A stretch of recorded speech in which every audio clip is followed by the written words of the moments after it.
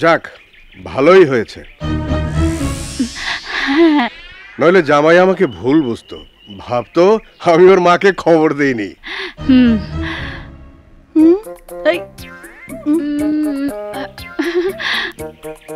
এই জন্য সোনাইকে একটা পুরস্কার দিতে হবে।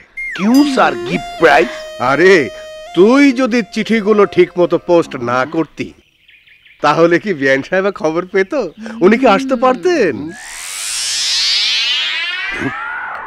Sonai, yes madam.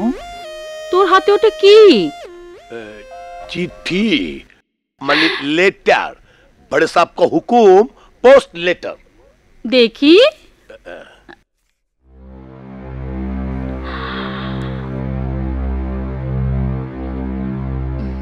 সোনাই, তুই না বলেছিলি তোর বোনের বিয়ে দিতে পারছিস না? শ্বশুর বাড়ির যৌতুকের ডিমান্ড। এক কাজ কর, কাল বাড়ি গিয়ে এই 10,000 টাকা দিয়ে আয়, তোর বোনের বিয়েটা হয়ে যাবে। এটা তো আমার দায়িত্ব, তুই ভাবিস নি?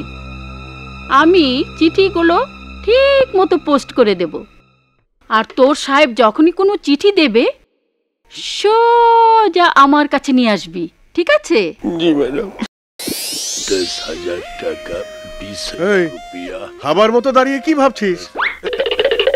না কিছু নাই, 10,000 টাকা, ওটা 20,000 হবে। 20,000 টাকা। কি বলছিস এসব?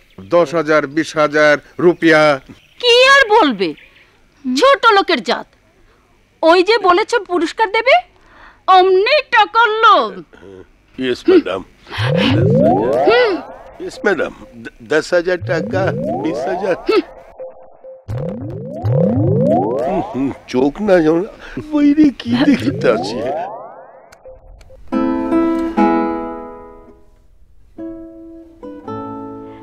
শীষ, এই শীষ তোমাদের বাসায় কবে নিয়ে যাবে? আরে কি শিস করছো? দেখছো না আশেপাশে বাথরুম নেই? তো কি হয়েছে? কেন তুমি দেখোনি বাচ্চাদের শিস করলে কি অবস্থা হয়?